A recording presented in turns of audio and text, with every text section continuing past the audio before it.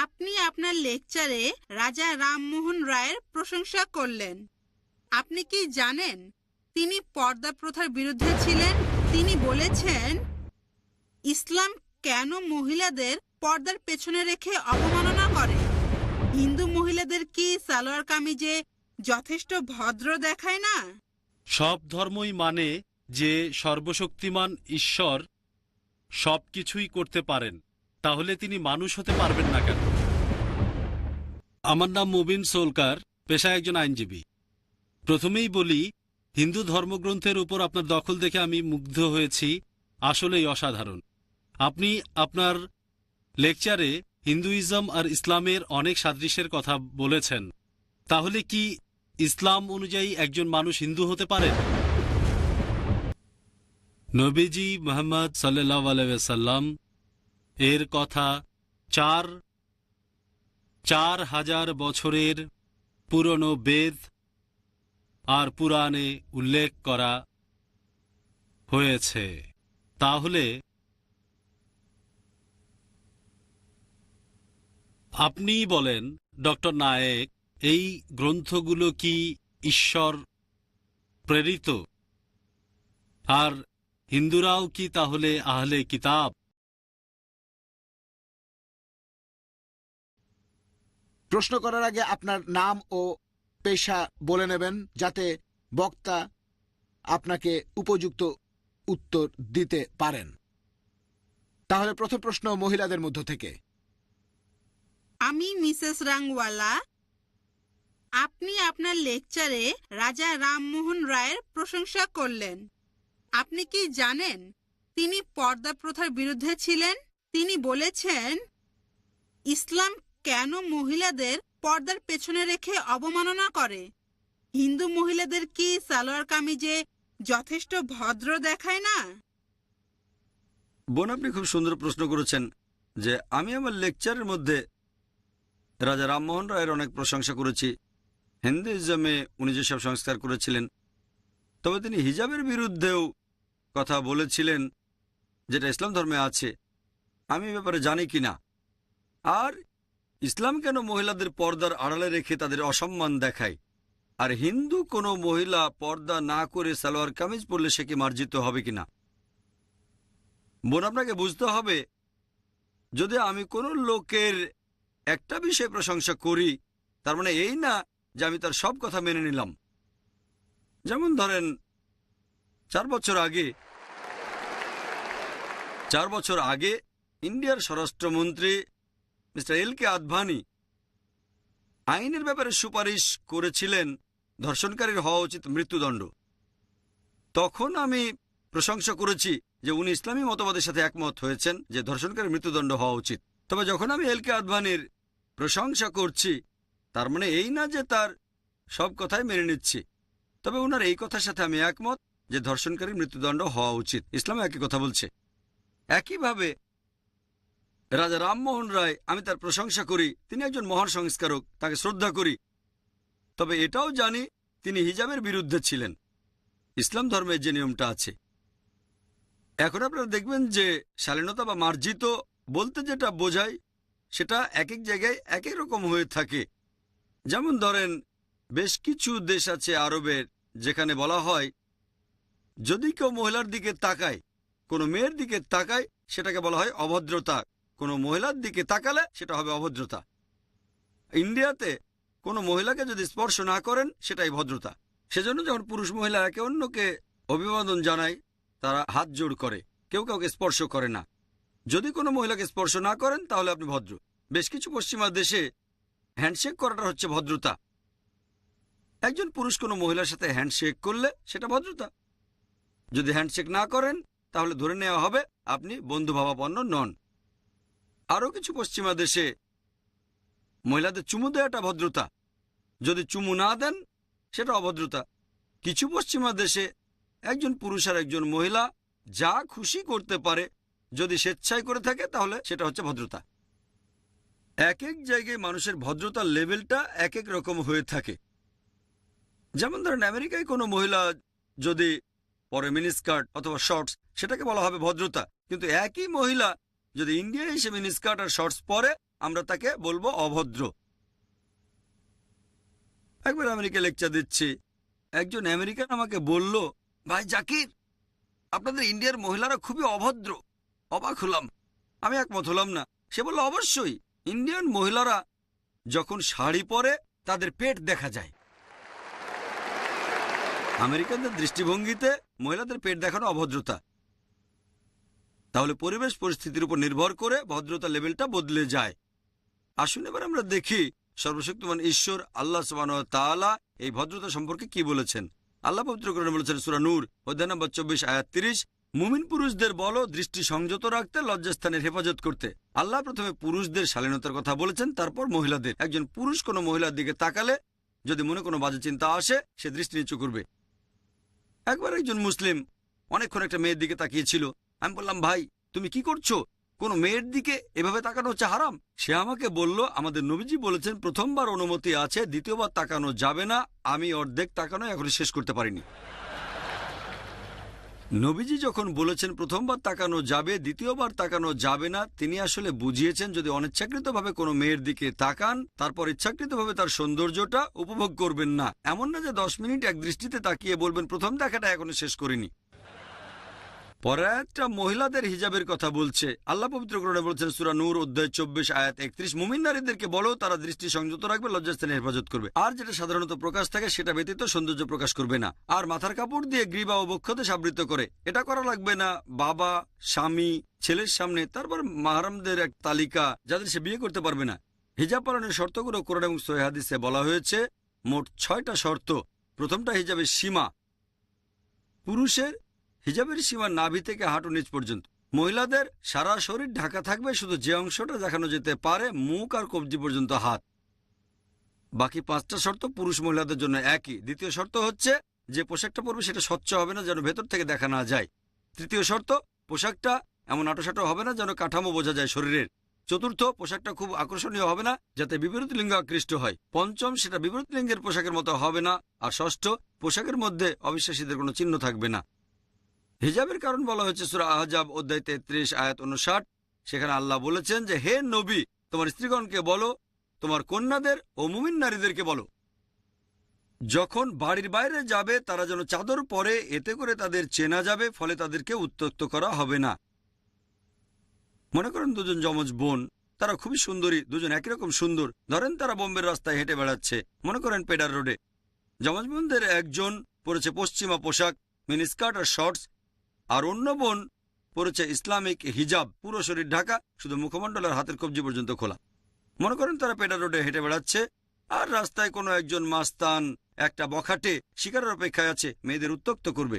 আমি আপনাদের প্রশ্ন করি, কোন মেয়েটাকে উত্ত্যক্ত করা হবে? মিনিস্কার্ট আর শর্টস পরা মেয়েটাকে উত্ত্যক্ত করবে, নাকি সেই মেয়েটাকে উত্ত্যক্ত করবে যে ইসলামিক হিজাব পরেছে? উত্ত্যক্ত করবে সেই মেয়েটাকে যে পশ্চিমা পোশাক পরে আছে। আসুন এবার দেখি হিন্দু ধর্মগ্রন্থগুলোতে ভদ্রতা সম্পর্কে কি বলা হয়েছে। ঋগ্বেদে উল্লেখ করা হয়েছে, গ্রন্থ নম্বর 8 অনুচ্ছেদ 33 পরিচ্ছেদ 19, বলা হয়েছে যে ব্রহ্মা যখন তোমাকে মেয়ে বানিয়েছেন, ব্রহ্মা যখন তোমাকে নারী বানিয়েছেন, তোমরা দৃষ্টি নিচু করবে আর চোখ তুলবে না, 2 পা একসাথে রাখবে। তোমরা সেটা প্রকাশ করবে না যেটা পোশাক আর পর্দা গোপন করে রাখে। তাহলে ঋগ্বেদ বলছে মহিলাদের পর্দা করা উচিত, তারা দৃষ্টি নিচু রাখবে আর চোখ তুলবে না। ঋগ্বেদে আরো উল্লেখ করা হয়েছে, গ্রন্থ নম্বর 10 অনুচ্ছেদ 85 পরিচ্ছেদ 30, সেই লোককে কেউ পছন্দ করে না যে তার স্ত্রীর পোশাক দিয়ে নিজের উরু ঢেকে রাখে। তাহলে ঋগ্বেদ বলছে যে বিপরীত লিঙ্গের মানুষের পোশাক পরা এটা নিষিদ্ধ। এছাড়া উল্লেখ করা হয়েছে মহাবীর চরিত্রে অধ্যায় নম্বর 2 পৃষ্ঠা নম্বর 71, যে রাম বলছেন, যখন পরশুরাম আসলেন, রাম তার স্ত্রী সীতাকে বললেন যে উনি আমাদের গুরুজন, তোমার দৃষ্টি নিচু করো আর পর্দা দিয়ে ঢাকো। রাম তার স্ত্রী সীতাকে বলছেন পর্দা দিয়ে ঢাকো আর দৃষ্টি নিচু করে রাখো। যদি ইতিহাসের বই পড়েন, সে বইগুলোতে প্রাচীন আমলের কথা আছে, গুপ্ত সাম্রাজ্যের আমল আর তার পরবর্তী সময়। সে সময়ে মুদ্রায় মহিলাদের ছবি, পর্দা দিয়ে ঢাকা ইন্ডিয়ান মহিলা, ঘোমটা দিয়ে আছে কাঁধ পর্যন্ত, অনেকের হাত পর্যন্ত ঢাকা। অনেক ইন্ডিয়ান মহিলা যদি কখনো গ্রামে যান, মহিলারা পর্দা মানে তারা মাথা ঢেকে রাখে, অনেক মহিলা মুখও ঢেকে রাখে। তাহলে যদি ভালো করে দেখেন, এমনকি হিন্দু ধর্মগ্রন্থ বলছে মহিলাদের পর্দা মানা উচিত, মহিলার দৃষ্টি নিচু করবে।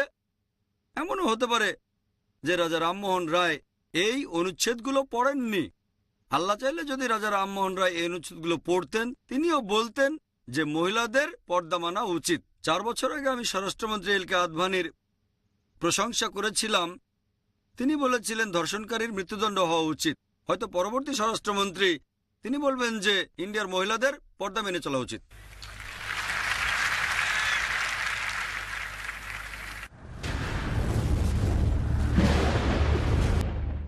হ্যাঁ ভাই, প্রথমে আপনার নাম আর পেশা বলেন।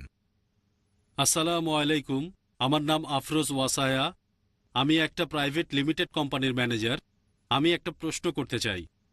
সব ধর্মই মানে যে সর্বশক্তিমান ঈশ্বর সব কিছুই করতে পারেন, তাহলে তিনি মানুষ হতে পারবেন না কেন? ভাই প্রশ্ন করলেন যে সব ধর্মই বিশ্বাস করে ঈশ্বর সবকিছু করতে পারেন, তাহলে তিনি কেন মানুষ হতে পারবেন না? বেশিরভাগ ধর্মই, ইসলাম বাদে, একটা ফিলোসফিতে বিশ্বাস করে যেটার নাম অ্যানথ্রোপোমরফিজম, যেটা সর্বশক্তিমান ঈশ্বর মানুষের রূপ ধারণ করেন। তারা এরকম মতবাদে বিশ্বাস করেন যে মহান ঈশ্বর তিনি এত পবিত্র যে মানুষের সীমাবদ্ধতা সম্পর্কে জানেন না, ব্যথা পেলে মানুষের কেমন লাগে, সমস্যা পেলে কেমন লাগে তিনি জানেন না, ইত্যাদি সমস্যা। সেজন্য সর্বশক্তিমান ঈশ্বর পৃথিবীতে নেমে আসেন মানুষের রূপ নিয়ে, যাতে মানুষের জন্য আইন বানাতে পারেন। হঠাৎ করে শুনলে মনে হবে যুক্তিটা তো বেশ ভালোই। তবে আমি তাদেরকে বলি যে ধরেন আমি একটা ভিসিআর তৈরি করলাম, আমাকে কি ভিসিআর হতে হবে এটা জানতে যে ভিসিআর এর জন্য কোনটা ভালো কোনটা খারাপ? আমি তৈরি করেছি, আমাকে ভিসিআর হতে হবে না। আমি লিখবো ইনস্ট্রাকশন ম্যানুয়াল। যদি এই ভিসিআরটা চালাতে চান, video cassette recorder, video cassette রেখে প্লে বাটনে চাপ দেন। যদি ফাস্ট ফরওয়ার্ড চালাতে চান এফএফ বাটনে চাপ দেন। বন্ধ করতে চাইলে স্টপ বাটনে চাপ দেন। উপর থেকে ফেলবেন না, নষ্ট হয়ে যাবে। পানিতে ফেলবেন না, তাহলে নষ্ট হয়ে যাবে। আমি লিখবো ইনস্ট্রাকশন ম্যানুয়াল। একইভাবে সর্বশক্তিমান ঈশ্বর, যেহেতু তিনি মানুষের সৃষ্টিকর্তা, সেজন্য তাকে মানুষ হতে হবে না এটা জানতে যে মানুষের জন্য কোনটা ভালো কোনটা খারাপ। তিনি কি করবেন? একজন মানুষকে মনোনীত করবেন আর আসমানি কিতাব পাঠাবেন। মানুষের জন্য সর্বশেষ ও চূড়ান্ত আসমানি কিতাব পবিত্র কোরআন, আদেশ আর নিষেধ। যদি তর্কের খাতিরে আপনার কথাটা মেনেও নেই যে সর্বশক্তিমান ঈশ্বর সবকিছু করতে পারেন, তাহলে কেন মানুষ হতে পারবেন না? যদি তর্কের খাতিরে আপনার কথাটা মেনে নেই সর্বশক্তিমান ঈশ্বর সবকিছু করতে পারেন, তাহলে তিনি মানুষও হতে পারেন। যদি ঈশ্বর মানুষের রূপ নেন, তিনি আর ঈশ্বর থাকবেন না, কারণ ঈশ্বর আর মানুষের বৈশিষ্ট্য পুরোপুরি আলাদা। সর্বশক্তিমান ঈশ্বর তিনি হচ্ছেন অমর, অন্যদিকে মানুষ মরণশীল। এমন কাউকে পাবেন না যে একই সাথে অমর আর মরণশীল। ঈশ্বর তার কোনো শুরু নেই, অন্যদিকে মানুষের শুরু আছে। এমন কাউকে পাবেন না একই সাথে যার শুরু নেই আবার শুরু আছে। সর্বশক্তিমান ঈশ্বরের কোনো শেষ নেই, অন্যদিকে মানুষের শেষ আছে। এমন কাউকে পাবেন না যার একই সাথে কোনো শেষ নেই আবার শেষ আছে। এটা অর্থহীন। তাহলে হয় পাবেন ঈশ্বর, নয়তো পাবেন মানুষ। ঈশ্বর মানব পাবেন না, এটাও অর্থহীন। মানুষরা আমাদের খাওয়ার প্রয়োজন হয়, সর্বশক্তিমান ঈশ্বরের খাওয়ার প্রয়োজন হয় না। আল্লাহ পবিত্র কোরআনে বলেছেন সূরা আনাম অধ্যায় 6 আয়াত 14, আল্লাহ তাআলা সবাইকে খাবার দান করেন, কিন্তু তার খাওয়ার প্রয়োজন হয় না। মানুষের বিশ্রাম ঘুমের প্রয়োজন হয়, সর্বশক্তিমান ঈশ্বরের বিশ্রামের প্রয়োজন নেই। যদি আমি তর্কের খাতিরে আপনার কথাটা মেনে নিই যে সর্বশক্তিমান ঈশ্বর সবকিছু করতে পারেন, তাহলে সেই যুক্তিতে সর্বশক্তিমান ঈশ্বর মিথ্যাও বলতে পারেন। কিন্তু মিথ্যে বলা তো ঈশ্বরের কাজ না। যখনই মিথ্যে বলবেন তিনি আর ঈশ্বর থাকবেন না। যদি আপনার কথা মেনে নিয়ে ঈশ্বর সবকিছু করতে পারেন, তাহলে ঈশ্বর তিনি অবিচারও করতে পারেন। তবে যখনই ঈশ্বর অবিচার করবেন, তিনি আর ঈশ্বর থাকবেন না। আল্লাহ পবিত্র কোরআনে বলেছেন সূরা নিসা অধ্যায় নম্বর 4 আয়াত 40, আল্লাহ কারো সাথে অনুপরিমাণও জুলুম করেন না। সর্বশক্তিমান ঈশ্বর চাইলে ভুলে যেতে পারেন, তবে ভুলে যাওয়া ঈশ্বরের কাজ না। আল্লাহ বলেছেন সূরা তাহা অধ্যায় 20 আয়াত 52 যে আল্লাহ তাআলা কখনো বিস্মৃত হন না। যখন ঈশ্বর ভুলে যাবেন, তিনি আর ঈশ্বর থাকবেন না। ঈশ্বর চাইলেই ভুল করতে পারেন, তবে ভুল করাটা ঈশ্বরের কাজ না। আল্লাহ বলেছেন সূরা তাহা অধ্যায় 20 আয়াত 52 যে আল্লাহ তাআলা কখনো ভুল করেন না। যদি ঈশ্বর ভুল করেন, তিনি আর ঈশ্বর থাকবেন না। কোরআনের কোথাও বলা হয়নি যে আল্লাহ সবকিছু করতে পারেন। আল্লাহ পবিত্র কোরআনে বলেছেন সূরা ফাতির অধ্যায় 35 আয়াত 1 যে নিশ্চয়ই আল্লাহ সবকিছুর উপরে কর্তৃত্বময়। এ কথাটা অনেক জায়গায় আছে। সূরা বাকারা অধ্যায় 2 আয়াত 106, সূরা বাকারা অধ্যায় 2 আয়াত 109, সূরা বাকারা অধ্যায় 2 আয়াত 284, সূরা আল ইমরান অধ্যায় 3 আয়াত 29, সূরা নাহল অধ্যায় 16 আয়াত 77, সূরা ফাতির অধ্যায় 35 আয়াত 1। আল্লাহ বলেছেন, ইন্নাল্লাহা আলা কুল্লি শাইইন কাদির। নিশ্চয়ই আল্লাহ সবকিছুর উপর কর্তৃত্বময়। আল্লাহ বলেছেন সূরা বুরুজ অধ্যায় 85 আয়াত 16 যে আল্লাহ তিনি যা ইচ্ছা তাই করতে পারেন, তিনি যা ইচ্ছা করেন তাই করতে পারেন। তবে আল্লাহ সুবহানাহু ওয়া তাআলা কখনো মিথ্যে বলতে চাইবেন না, কখনো ভুল করতে চাইবেন না, তিনি কখনো মানুষের রূপ ধারণ করতে চাইবেন না। তিনি শুধু সেগুলোই করতে চাইবেন যেগুলো আল্লাহর কাজ। আশা করি উত্তরটা পেরে। হ্যাঁ বোন। আমার নাম সায়রা, আমি একজন টিচার। আপনার লেকচারে আপনি ইসলামের স্তম্ভের কথা বললেন, তার মানে ঈমান আনা ইত্যাদি, আর হিন্দু ধর্মগ্রন্থের সাথে সাদৃশ্যের কথা বললেন। হিন্দুইজমে কি ইসলামের এই 5টা স্তম্ভ সম্পর্কে কিছু বলা হয়েছে? বোন, আপনি প্রশ্ন করলেন, আমি ইমানের স্তম্ভের কথা বলেছি আমার লেকচারে, হিন্দু ধর্মগ্রন্থের সাথে সেগুলো তুলনা করেছি। এখন ইসলামের স্তম্ভ আর হিন্দু ধর্মগ্রন্থের মধ্যে কোনো সাদৃশ্য আছে কিনা? হ্যাঁ বোন, সময় কম বলে সাদৃশ্যের কথাগুলো সব বলতে পারিনি, এটা নিয়ে সারাদিন কথা বলা যায়। ইসলাম ধর্মের স্তম্ভগুলোর ব্যাপারে যদি বলতে হয়, এটা আছে সহিহ বুখারীতে খণ্ড নম্বর 1, বুক অব ইমান, হাদিস নম্বর 8। আমাদের নবীজি মুহাম্মদ সাল্লাল্লাহু আলাইহি ওয়াসাল্লাম বলেছেন, ইসলামের ভিত্তি হচ্ছে 5টা মূলনীতি, 5টা স্তম্ভ। প্রথমটা হচ্ছে কালেমা লা ইলাহা ইল্লাল্লাহ মুহাম্মাদুর রাসূলুল্লাহ, আল্লাহ ব্যতীত কোনো উপাস্য নেই আর মুহাম্মদ সাল্লাল্লাহু আলাইহি ওয়াসাল্লাম আল্লাহর প্রেরিত রাসূল। দ্বিতীয় হচ্ছে নামাজ আদায় করা। তৃতীয় হচ্ছে যাকাত দেওয়া। চতুর্থ হচ্ছে সাওম, রমজান মাসে রোজা রাখা। আর পঞ্চম, জীবনে অন্তত একবার হজ পালনের জন্য মক্কা যাওয়া। এই হলো ইসলামের 5টা স্তম্ভ। প্রথমটা হচ্ছে এক আল্লাহ এবং তার রাসূল মুহাম্মদ সাল্লাল্লাহু আলাইহি ওয়াসাল্লামকে বিশ্বাস করা। এ সম্পর্কে আগেই বলেছি। এরপর ইসলামের দ্বিতীয় স্তম্ভ নামাজ। ইসলাম ধর্মের নামাজের সবচেয়ে গুরুত্বপূর্ণ অংশ হচ্ছে সেজদা করা। আল্লাহ পবিত্র কোরআনে বলেছেন সূরা আল ইমরান অধ্যায় 3 আয়াত 43, ইয়া মারইয়াম মুকনুতি লিরাব্বিকি ফাসজুদি। হে মরিয়ম, তোমার প্রতিপালকের প্রতি অনুগত হও, যারা সেজদা দেয় তাদের সাথে সেজদা করো। আল্লাহ পবিত্র কোরআনে বলেছেন সূরা হজ অধ্যায় নম্বর 22 আয়াত 77, ইয়া আইয়ুহাল্লাযীনা আমানু। হে মুমিনগণ, তোমরা রুকু করো এবং সিজদা করো যারা সিজদা করে তাদের সাথে। তাহলে প্রধান অংশ হচ্ছে সিজদা করা। হিন্দুইজমে বিভিন্ন ধরনের উপাসনা আছে।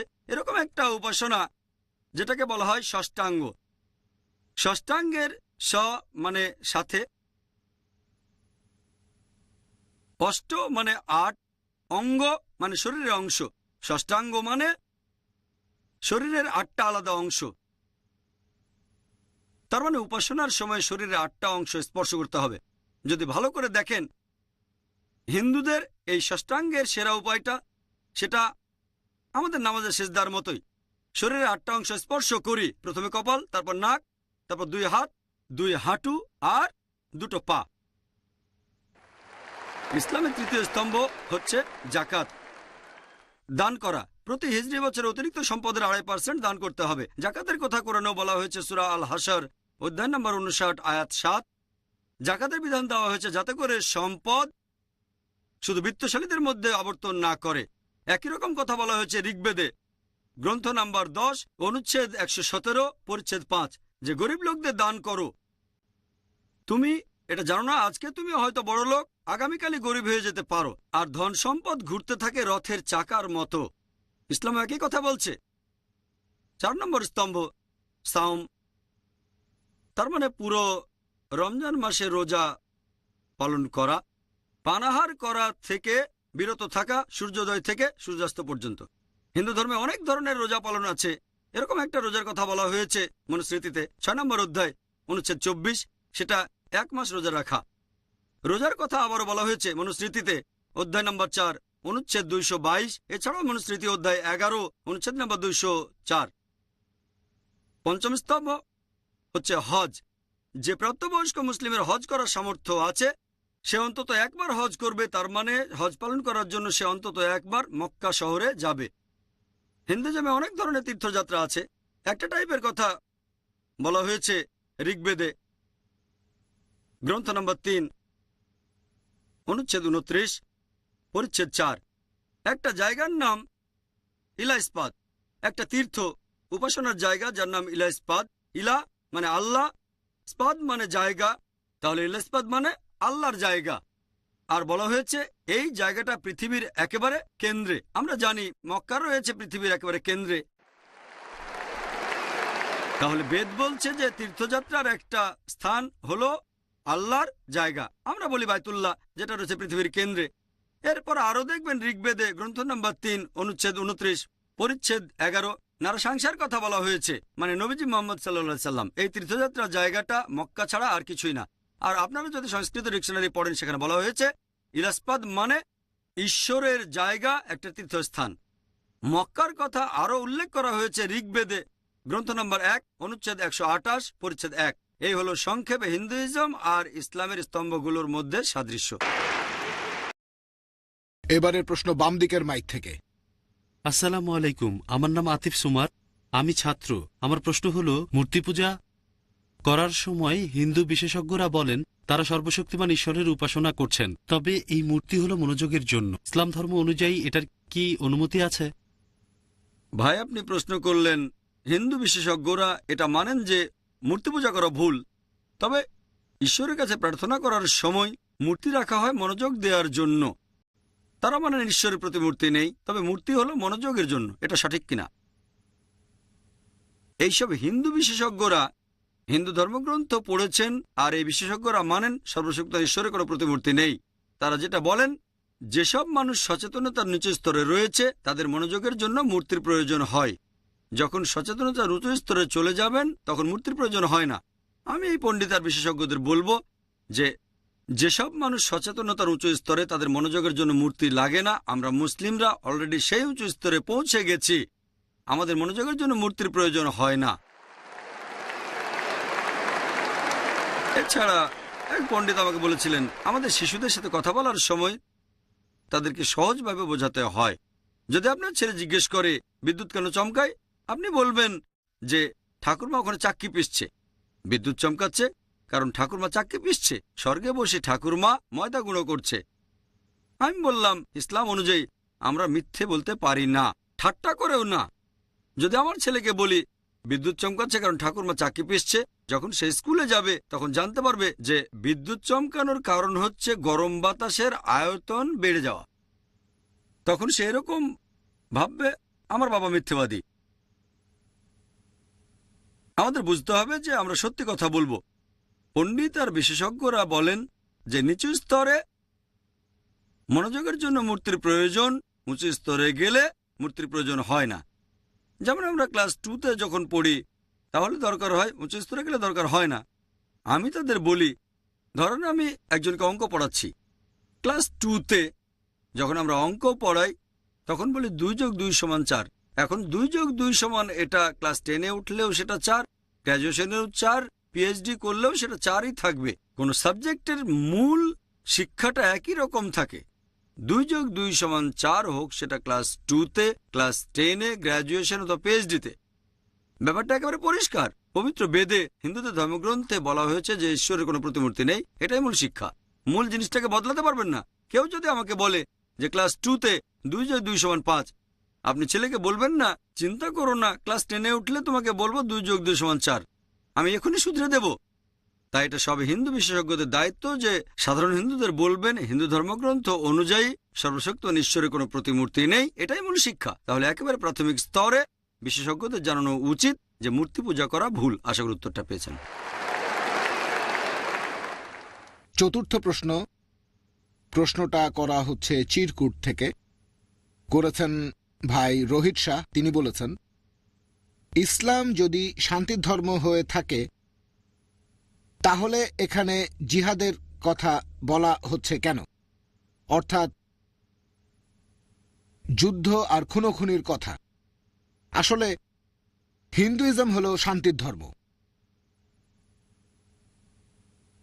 ভাই, খুবই গুরুত্বপূর্ণ একটা প্রশ্ন করেছেন যে ইসলাম শান্তির ধর্ম হলে জিহাদের কথা বলছে কেন, যুদ্ধ করে কাফিরদের হত্যা করা।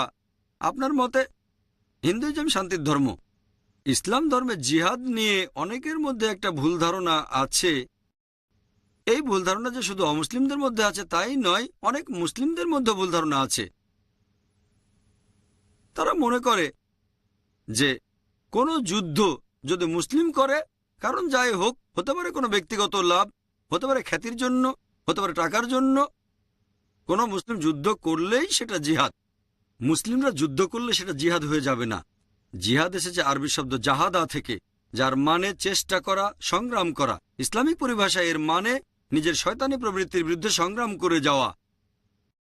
এর আরেকটা মানে সমাজের উন্নতির জন্য চেষ্টা করে যাওয়া, আরেকটা মানে যুদ্ধের ময়দানে আত্মরক্ষার জন্য লড়াই করা, আরেকটা মানে হচ্ছে অত্যাচার অবিচারের বিরুদ্ধে প্রতিবাদ করা।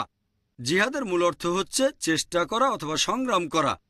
প্রায় দেখা যায় যে ইসলামের সমালোচকরা, এমনকি হিন্দু সমালোচকও, যেমন অরুণ সুরি একটা বই লিখেছেন দ্য ওয়ার্ড অফ ফতোয়া, তিনি সেখানে সূরা তাওবা অধ্যায় 9 আয়াত 5 উদ্ধৃতি দিয়েছেন যে পবিত্র কোরআন বলছে, যখনই তুমি কাফিরকে দেখবে, ব্র্যাকেটের মধ্যে হিন্দু, যখনই কোনো কাফিরকে দেখবে তাকে মেরে ফেলো। যদি পবিত্র কোরআন খুলে আপনি এই সূরাটা পড়েন, অধ্যায় 9 আয়াত 5, সেখানে বলা হয়েছে যখনই তুমি কাফিরকে দেখবে তাকে মেরে ফেলো। তবে এটা হলো প্রসঙ্গ ছাড়া উদ্ধৃতি। প্রসঙ্গ জানতে হলে কয়েকটা আয়াত আগে থেকে শুরু করেন। সূরা তাওবার প্রথম আয়াতগুলোতে একটা শান্তি চুক্তির কথা বলা হয়েছে, যেটা হয়েছিল মুসলিম আর মক্কার মুশরিকদের মধ্যে। পরবর্তীতে মক্কার মুশরিকরা এই শান্তি চুক্তির শর্তগুলো ভেঙে ফেলে। আল্লাহ সুবহানাহু ওয়া তাআলা সূরা তাওবার 5 নম্বর আয়াতে বললেন, মক্কার মুশরিকদের উদ্দেশ্যে পাঠালেন সতর্কবাণী, সবকিছু ঠিক করে ফেলো 4 মাসের মধ্যে, তা না হলে আমাদের সাথে যুদ্ধ হবে। তারপর যুদ্ধের ময়দানে আল্লাহ তাআলা মুসলিমদের বলেছেন, যখন তোমরা শত্রুদের দেখবে, যখন কাফিরদের দেখবে, তাদের মেরে ফেলো। পবিত্র কোরআনের এই আয়াতটা বলছে যুদ্ধের ময়দানের কথা, যখন মুসলিমরা সত্যের পক্ষ নিয়ে যুদ্ধ করছে, মিথ্যার বিরুদ্ধে, শত্রুদের বিরুদ্ধে। যদি তারা আক্রমণ করে, তোমরা ভয় পেও না, তাদের মেরে ফেলো। যে কোনো আর্মি জেনারেল তার সৈনিকদের মনোবল চাঙ্গা করতে গিয়ে বলবে শত্রুকে মেরে ফেলো, সে বলবে না যে শত্রুদের ছেড়ে দাও। কোরআন একই কথা বলছে। আর অরুণ সুরি 5 নম্বর আয়াতের পর সূরা তাওবার চলে গেলেন 7 নম্বর আয়াতে। যে কোনো বুদ্ধিমান মানুষ বুঝবে 6 নম্বর আয়াতে উত্তরটা আছে এই অভিযোগের বিরুদ্ধে। 6 নম্বর আয়াত বলছে যে যদি শত্রুরা, যদি মুশরিকরা শান্তি চায়, এমনিতে ছেড়ে দিও না, তাদেরকে নিরাপদ কোনো স্থানে পৌঁছে দাও, যাতে তারা আল্লাহর বাণী শুনতে পারে। এখনকার দিনে সবচেয়ে দয়ালু জেনারেল হয়তো বলবে, ঠিক আছে শত্রুদের ছেড়ে দাও। কোন আর্মি জেনারেল বলবে যে শত্রুদের নিরাপদ স্থানে পৌঁছে দাও? কোরআনের কথাই বলছে। আর এ সম্পর্কে আরো একটা ভুল ধারণা আছে যে জিহাদ মানে পবিত্র যুদ্ধ। পবিত্র যুদ্ধের আরবি হচ্ছে হারবুম মুকাদ্দাসা। পবিত্র কোরআনের কোথাও হারবুম মুকাদ্দাসা বলা হয়নি, কোনো হাদিসও বলা নেই। জিহাদ শব্দটার অনুবাদ পবিত্র যুদ্ধ নয়। এই পবিত্র যুদ্ধ শব্দটা প্রথম ব্যবহার করা হয় ক্রুসেডারদের সম্পর্কে। এই খ্রিস্টান ক্রুসেডাররা অনেক দেশ দখল করেছে, অনেক মানুষকে হত্যা করেছে খ্রিস্টান ধর্মের নাম নিয়ে। এখন তারাই পবিত্র যুদ্ধ শব্দটা মুসলিমদের ক্ষেত্রে ব্যবহার করে, যেটা ঠিক না। দুর্ভাগ্যজনকভাবে অনেক তথাকথিত মুসলিম বিশেষজ্ঞ আছেন, তারাও জিহাদের অনুবাদ করেন পবিত্র যুদ্ধ, যেটা সম্পূর্ণ ভুল। আসুন দেখি হিন্দু ধর্মগ্রন্থগুলো জিহাদ সম্পর্কে কি বলছে। এটা উল্লেখ করা হয়েছে ভগবদ গীতায় অধ্যায় 2 অনুচ্ছেদ 50। শ্রীকৃষ্ণ অর্জুনকে বলছেন, যোগব্যায়ামের চেষ্টা করো, তোমার জন্য উপকারী। চেষ্টা করা, সংগ্রাম করা। তাহলে কৃষ্ণ অর্জুনকে চেষ্টা আর সংগ্রাম করতে বলেছেন। যদি মহাভারত পড়েন, মহাভারত এখানে জ্ঞাতি ভাইদের মধ্যে একটা যুদ্ধের বর্ণনা দেওয়া হয়েছে, কৌরব আর পাণ্ডবদের মধ্যে। মহাভারতে এরকম হাজার হাজার অনুচ্ছেদ আছে, শুধু যুদ্ধের কথা বলা হয়েছে। কোরআনের চেয়ে অনেক বেশি যুদ্ধের কথা। আপনারা যদি ভগবদ্গীতা পড়েন, ভগবদ্গীতা এটা হিন্দুদের একটা পবিত্র ধর্মগ্রন্থ। এখানে রয়েছে অর্জুনের উদ্দেশ্যে যুদ্ধের ময়দানে বলা শ্রীকৃষ্ণের উপদেশগুলো। ভগবদ্গীতা বলছে অধ্যায় 1 অনুচ্ছেদ 42 থেকে 46, অর্জুন বলছে, আমি বরং মারা যাব নিরস্ত্র অবস্থায়, যুদ্ধ না করে, কিন্তু জ্ঞাতি ভাইদের মারতে পারবো না। তার মানে কৌরবদের, ধৃতরাষ্ট্রের সন্তানদের। শ্রীকৃষ্ণ উত্তর দিলেন এরপরের অধ্যায়, অধ্যায় 2 অনুচ্ছেদ 2, হে অর্জুন, তোমার মনে এমন অশুদ্ধতা কিভাবে আসলো যে তুমি লড়াই করবে না, তুমি স্বর্গে যেতে পারবে না? এমন নপুংসক চিন্তা কিভাবে তোমার মাথায় আসলো? তোমার হৃদয় দুর্বল হয়ে গেছে। শ্রীকৃষ্ণ বলছেন ভগবদ্গীতা অধ্যায় 2 অনুচ্ছেদ 31 থেকে অনুচ্ছেদ 33, কৃষ্ণ বলছেন, হে অর্জুন, তুমি একজন ক্ষত্রিয়, তুমি যুদ্ধ করবে, তাহলে স্বর্গে যেতে পারবে, তা না হলে যেতে পারবে না। আর সেই ক্ষত্রিয় আশীর্বাদ প্রাপ্ত যে সত্যের জন্য লড়াই করে। আর ইসলামের অনেক সমালোচক কোরআন এবং হাদিসের বিরুদ্ধে কথা বলে। তারা উদ্ধৃতি দেয় সহিহ বুখারী 4 নম্বর খণ্ড বুক অব জিহাদ অধ্যায় 2 হাদিস নাম্বার 46। সেখানে আমাদের নবীজি বলেছেন, মুজাহিদ হলো সেই লোক যে সংগ্রাম করে আল্লাহ সুবহানাহু ওয়া তাআলার পথে। যুদ্ধের ময়দানে যদি কোনো মুজাহিদ মারা যায়, সে জান্নাতে যাবে, বেহেশতে যাবে। যদি সে জয়ী হয় তাহলে সে পাবে গনিমতের মালপত্র। ঠিক একই কথা বলেছেন শ্রীকৃষ্ণ ভগবদ গীতা অধ্যায় 2 অনুচ্ছেদ 37।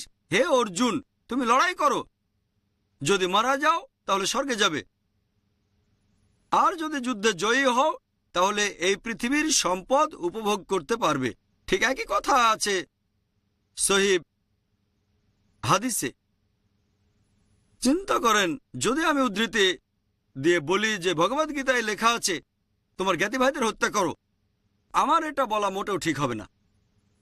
তাহলে প্রসঙ্গ ছাড়া বলছি, ঠিক হবে না। সঠিকটা হচ্ছে ভগবদ গীতা বলছে তোমরা সত্যের পক্ষে যুদ্ধ করবে মিথ্যার বিরুদ্ধে। যদি তোমার শত্রু জ্ঞাতি ভাইও হয় যারা মিথ্যার পক্ষে, সত্যের খাতিরে তাদের হত্যা করলে কোনো সমস্যা নেই। তাহলে প্রসঙ্গ ছাড়া উদ্ধৃতি দেয়া ঠিক না। এখানে আমরা বুঝতে পারছি যখন বিভিন্ন টাইপের মানুষের সাথে কথা বলবো, জানতে হবে কিভাবে তাদের বোঝানো যায়। বিশ্বাস করেন, অনেক হিন্দু আমার সাথে কথা বলেছে যে জিহাদ করা ভুল। যখন আমি তাদের বলি আপনাদের ভগবদ্গীতাতে উল্লেখ করা হয়েছে যে জ্ঞাতি ভাইদের হত্যা করো, তারা বলবেন না, এখানে তো শ্রীকৃষ্ণ সত্যের পক্ষে আর মিথ্যার বিরুদ্ধে যুদ্ধের কথা বলেছেন। আমি বলি কোরআনও তো একই কথা বলছে। ও, কোরআন যদি একই কথা বলে তাহলে তার সাথে আমরা একমত।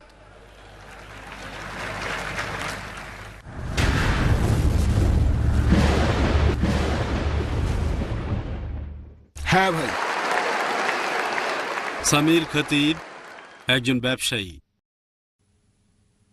নবীজি মুহাম্মদ সাল্লাল্লাহু আলাইহি ওয়াসাল্লাম এর কথা ৪,০০০ বছরের পুরনো বেদ আর পুরাণে উল্লেখ করা হয়েছে। তাহলে আপনি বলেন ডক্টর নায়েক, এই গ্রন্থগুলো কি ঈশ্বর প্রেরিত? আর হিন্দুরাও কি তাহলে আহলে কিতাব? ভাই একটা সুন্দর প্রশ্ন করেছেন। নবীজি মুহাম্মদ সাল্লাল্লাহু আলাইহি ওয়াসাল্লামের ব্যাপারে বেদ আর অন্যান্য ধর্মগ্রন্থে ভবিষ্যৎবাণী করা হয়েছে। এই ধর্মগ্রন্থগুলোকে কি আমরা ঈশ্বরের বাণী বলতে পারি? আর হিন্দুদেরকে আহলে কিতাব বলা যায়? ভাই, এই আহলে কিতাব সম্পর্কে আমি আগেও বলেছি, এখানে বলা হয়েছে কিতাবীদের কথা। এটা নির্দিষ্ট করে ইহুদি আর খ্রিস্টানদের বোঝাচ্ছে। আহলে কিতাব মানে ইহুদি আর খ্রিস্টান। আপনার প্রশ্নতে আসি যে বেদ বা অন্যান্য হিন্দু ধর্মগ্রন্থকে ঈশ্বরের বাণী বলা যায় কিনা। আল্লাহ পবিত্র কোরআনে বলেছেন সূরা রদ অধ্যায় 13 আয়াত 38, वलिकुल्ल अजलिन किताब। প্রত্যেক যুগে আমি আসমানি কিতাব পাঠিয়েছি, তবে পবিত্র কোরআনে মাত্র 4টার নাম উল্লেখ করা হয়েছে, তাওরাত, জাবুর, ইনজিল এবং কোরআন। তাওরাত হলো সেই আসমানি কিতাব যেটা নাজিল হয়েছিল মুসা আলাইহিস সালামের উপর। জাবুর হলো সেই আসমানি কিতাব যেটা নাজিল হয়েছিল দাউদ আলাইহিস সালামের উপর। ইনজিল হলো সেই আসমানি কিতাব যেটা নাজিল হয়েছিল ঈসা আলাইহিস সালামের উপর। আর কোরআন হলো শেষ ও চূড়ান্ত আসমানি কিতাব যেটা নাজিল হয়েছিল মুহাম্মদ সাল্লাল্লাহু আলাইহি সাল্লামের উপর। এখন যে আসমানি কিতাবগুলো নাজিল হয়েছিল সেগুলো ছিল একটা নির্দিষ্ট সময় আর সম্প্রদায়ের জন্য। কোরআনের আগের ওহিগুলো ছিল নির্দিষ্ট সময় আর সম্প্রদায়ের জন্য। কোরআন নাজিল হয়েছে পুরো মানব জাতির জন্য। আপনার প্রশ্নটা যে বেদ আর অন্যান্য হিন্দু ধর্মগ্রন্থকে আল্লাহর বাণী বলা যায় কিনা, যেহেতু বেদের কথা কোরআনে কোনো রকম উল্লেখ করা হয়নি, আমরা একেবারে নিশ্চিত হয়ে বলতে পারি না যে এগুলো আল্লাহর বাণী। আমরা যেটা বলতে পারি, হতে পারে এগুলো আল্লাহর বাণী। যদি আমাকে বলেন আল্লাহ তো অনেক নবী রাসূল পাঠিয়েছেন, এখন আমরা কি রাম অথবা লক্ষণকে বলতে পারি রাসূল? আল্লাহ বলেছেন তিনি পৃথিবীতে অনেক আসমানি কিতাব পাঠিয়েছেন, অনেক নবী রাসূল পাঠিয়েছেন। যেহেতু কোরআনে বলা হয়নি যে বেদ আল্লাহর বাণী, আমরা বলতে পারি হয়তো এটা আল্লাহর বাণী, নিশ্চিত হয়ে বলতে পারি না। একইভাবে এটাও বলতে পারি না যে রামকৃষ্ণ হলেন আল্লাহ তাআলার রাসূল। বলতে পারি যে হতে পারেন, যেহেতু কোরআনে এটা উল্লেখ করা হয়নি তাই নিশ্চিতভাবে বলতে পারি না, তবে হতে পারেন। তারপরও যদি রাম আল্লাহ তাআলার রাসূল হয়েও থাকেন, যদি কৃষ্ণ আল্লাহর রাসূল হয়েও থাকেন, যদি বেদ আল্লাহর বাণী হয়েও থাকে, এটা ছিল একটা নির্দিষ্ট সময় আর সম্প্রদায়ের জন্য। বর্তমানে আপনি পৃথিবীর যে অংশেই থাকেন, আপনার মানা উচিত সর্বশেষ ও চূড়ান্ত আসমানি কিতাব অর্থাৎ পবিত্র কোরআন আর সর্বশেষ ও চূড়ান্ত নবী মুহাম্মদ সাল্লাল্লাহু আলাইহি সাল্লামকে। হিন্দু ধর্মগ্রন্থে তাকে বলা হয়েছে অন্তিম অবতার। এবারে চিরকুটে প্রশ্ন করেছেন ভাই অমর সিনহা। তিনি বলেছেন, আপনি ইন্টারফেইথ ডায়ালগ চালু করেছেন, আপনি কি তাদের সাথে একমত যারা বলে যে পৃথিবীর সব ধর্মই এক? ভাই, আপনি প্রশ্ন করলেন যে আমি ইন্টারফেথ ডায়ালগ চালু করেছি, আমি কি তাদের সাথে একমত যারা বলে যে সব ধর্ম আসলে এক? পৃথিবী জুড়ে অনেক জায়গায় ইন্টারফেথ ডায়ালগ অনুষ্ঠিত হয়ে থাকে, এমনকি বোম্বেতেও। সেখানে আমরা দেখি বিভিন্ন ধর্ম থেকে বেশ কিছু ধর্মীয় ব্যক্তিত্ব স্টেজে উঠে বলেন যে সব ধর্মই আসলে এক। একজন হিন্দু লোক আসবে, হিন্দু ধর্মীয় ব্যক্তিত্ব, যে সব ধর্মই এক। একজন মুসলিম এসে বলবে যে সব ধর্মই এক। তারপর খ্রিস্টান এসে বলবে সব ধর্মই এক। আমি তাদেরকে একটা সহজ প্রশ্ন করতে চাই, যদি মেনে নেন যে সব ধর্মই এক, তাহলে একজন খ্রিস্টান ধর্মযাজক কি খ্রিস্টান ধর্ম ত্যাগ করে ইসলাম গ্রহণ করবেন? একজন মুসলিম লোক ইসলাম ত্যাগ করে কি হিন্দু ধর্ম গ্রহণ করবে? একজন হিন্দু পুরোহিত কি হিন্দুইজম বাদ দিয়ে খ্রিস্টান হয়ে যাবে? সবাই বলবেন না। এই মানুষগুলো নিজেদেরকে সেকুলার হিসেবে পরিচয় করিয়ে দিতে চায়, এভাবে একে অন্যের পিঠ চুলকে দেয়। ব্যাপারটা যেন একজন ছাত্র টিচারকে প্রশ্ন করছে, 2 যোগ 2 সমান কত হবে স্যার? 2 যোগ 2 সমান কি 3 হবে, নাকি 4 হবে, নাকি হবে 5? 3 জন টিচার স্টেজে এসে বলল যে সবগুলো উত্তরই সঠিক। 2 যোগ 2 সমান 3 হবে, 2 যোগ 2 সমান 4 হবে, আবার 2 যোগ 2 সমান 5 হবে। এটা ফালতু কথা ছাড়া আর কিছুই নয়। আমি ইসলাম এবং কম্পারেটিভ রিলিজিয়নের একজন ছাত্র, বিভিন্ন ধর্মগ্রন্থ পড়েছি, বিভিন্ন ধর্মের রীতিনীতি সম্পর্কে জানি, এগুলো একরকম না। আমি সাম্প্রদায়িক সৌহার্দ্যে বিশ্বাস করি, ইন্টারফেথ ডায়ালগে বিশ্বাস করি। আমি বলবো, যদি আপনারা এরকম বলেন যে মনে করেন পৃথিবীতে যতগুলো ধর্ম আছে, যতগুলো ধর্মগ্রন্থ আছে, অন্তত পক্ষে একটা ধর্মগ্রন্থ পুরোপুরি 100% আল্লাহ তাআলার বাণী, এই অনুমানটাতে কোনো ধর্মীয় ব্যক্তিত্ব আপত্তি জানাবেন না। আমিও এটা মানতে আপত্তি করব না। অন্ততপক্ষে একটা ধর্মগ্রন্থ আল্লাহ তাআলার বাণী। খ্রিস্টানরা বলবে ঠিক আছে, অন্ততপক্ষে একটা মানে বাইবেল ঈশ্বরের বাণী। হিন্দুরা বলবে সমস্যা নেই, অন্তত বেদ ঈশ্বরের বাণী। মুসলিমরা বলবে সমস্যা নেই, অন্তত কোরআন আল্লাহ তাআলার বাণী। আমি কি করব? এই সব নির্দেশগুলো জোগাড় করব খ্রিস্টানদের বাইবেল থেকে, হিন্দু ধর্মগ্রন্থ বেদ থেকে, আর মুসলিমদের কোরআন থেকে। তারপরে যে সাদৃশ্যগুলো দেখেন, ধরেন 50টা বিষয় কমন। এখন বিভিন্ন ধর্মগ্রন্থ থেকে আমরা যদি 50টা কমন জিনিস সবার সামনে তুলে ধরি, তাহলে সবাই মেনে নেবে যে বিভিন্ন ধর্মের অন্তত পক্ষে এই কথাগুলো নিশ্চিতভাবে মহান ঈশ্বরের বাণী। কেউ এগুলো প্রয়োগ করতে আপত্তি করবে না, কারণ কথাগুলো সব ধর্মগ্রন্থেই আছে। এই সাম্প্রদায়িক সৌহার্দ্যের মূলে রয়েছে কোরআনের একটা আয়াত, সূরা আল ইমরান অধ্যায় 3 আয়াত 64 বলা হয়েছে, تعالوا إلى كلمة سواء بين بينكم। এসো সেই কথায় যা আমাদের ও তোমাদের মধ্যে এক। হয়তো কিছু পার্থক্য আছে, ধর্মগুলোর মধ্যে বেশ কিছু পার্থক্য আছে। আমি চাইলে হিন্দুইজম আর ইসলামের পার্থক্য নিয়েও বলতে পারি, তবে এই সাদৃশ্যগুলোর ব্যাপারে কেউ আপত্তি জানাতে পারবে না, কমন জিনিসগুলোর ব্যাপারে, কারণ এই কথাগুলো সব ধর্মগ্রন্থেই বলা হয়েছে। হতে পারে কিছু মানুষ ধর্মগুলো সম্পর্কে জানে না, তারা অপমানিত বোধ করতে পারেন। যেমন ধরেন আপনি বললেন সবগুলো ধর্মগ্রন্থই হোক, বাইবেল হোক, বেদ অথবা কোরআন, সবাই বলছে মূর্তি পূজা করা উচিত না। যেহেতু বেদ সম্পর্কে জানেন না তাই অপমানিত বোধ করতে পারেন। তারপরও সে আমার বিরুদ্ধে যাবে না, কারণ যদি আমার বিরুদ্ধে যায় তাহলে বেদের বিরুদ্ধেও যাবে, যেটাকে বলে তার ঈশ্বরের বাণী। তাহলে ইন্টারফেথ ডায়ালগ আর সাম্প্রদায়িক সৌহার্দ্যের সেরা উপায় হচ্ছে এসো সেই কথাই যা আমাদের ও তোমাদের মধ্যে এক। আশা করি উত্তরটা পেয়েছেন। হ্যাঁ ভাই। আমার নাম মুবিন সোলকার, পেশায় একজন আইনজীবী। প্রথমেই বলি, হিন্দু ধর্মগ্রন্থের উপর আপনার দখল দেখে আমি মুগ্ধ হয়েছি, আসলেই অসাধারণ। আপনি আপনার লেকচারে হিন্দুইজম আর ইসলামের অনেক সাদৃশ্যের কথা বলেছেন। তাহলে কি ইসলাম অনুযায়ী একজন মানুষ হিন্দু হতে পারেন?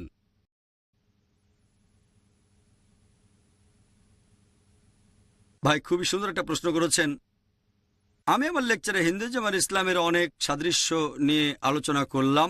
তার মানে কি এই যে ইসলাম অনুযায়ী একজন মানুষ হিন্দু হতে পারে? ভাই, এই হিন্দু শব্দটা দিয়ে যদি ভৌগোলিক অবস্থান বোঝান যে মানুষ ইন্ডিয়ায় বসবাস করে, তাহলে ইসলাম অনুযায়ী কোনো আমার সমস্যা নেই যদি তাকে ইন্ডিয়ান বলা হয়। আমি একজন ইন্ডিয়ান আর আমি ইসলাম ধর্ম পালন করি।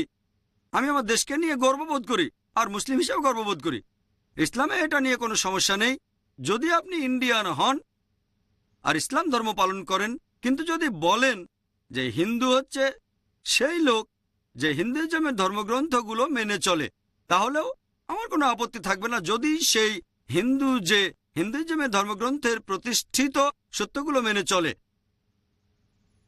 প্রতিষ্ঠিত সত্য বলতে আমি কি বোঝাচ্ছি? প্রতিষ্ঠিত সত্য মানে হিন্দু ধর্মগ্রন্থের সেই কথাগুলো যেগুলো আল্লাহ তাআলার সর্বশেষ ও চূড়ান্ত আসমানি কিতাব পবিত্র কোরআনেও আছে।